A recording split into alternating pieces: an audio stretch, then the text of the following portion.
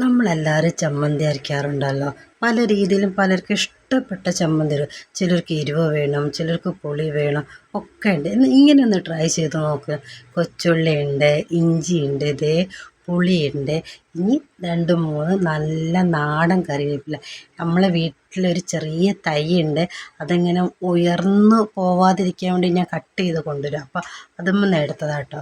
ഇനി നാടൻ കറിവേപ്പില നമ്മൾ എന്തിലും അരച്ച് ചേർക്കുന്നതും എന്തിനാന്ന് പറഞ്ഞാൽ നമ്മൾ ഫുഡ് ഐറ്റം അരച്ച് ചേർക്കുന്നത് നല്ലതാണ്. ഇനി അങ്ങനെ പച്ചയ്ക്ക് കഴിക്കുന്നതിന് ഒരു കുഴപ്പമില്ല കേട്ടോ. അത്രയും നല്ലൊരു സാധനമാണ് കറിവേപ്പില. അങ്ങനെ കറിവേപ്പില ഇട്ടു, പിന്നെ കുറച്ച് ഉപ്പും, പിന്നെ മറ്റമുളക് ഉണ്ടെങ്കിൽ മറ്റമുളക് എടുക്കുക. എന്നോട് മോന് ഇപ്പം വേണമെന്ന് പറഞ്ഞപ്പോൾ ഞാൻ എല്ലാം കൂടെ കൂട്ടി അടിച്ചതാണ്. അപ്പോൾ ഞാൻ മുളക് പൊടിയാണ് ഇട്ടത്, അല്ലെങ്കിൽ ഞാൻ വറ്റമുളകാണ് കഴിഞ്ഞും ഞാൻ യൂസ് ചെയ്യൽ.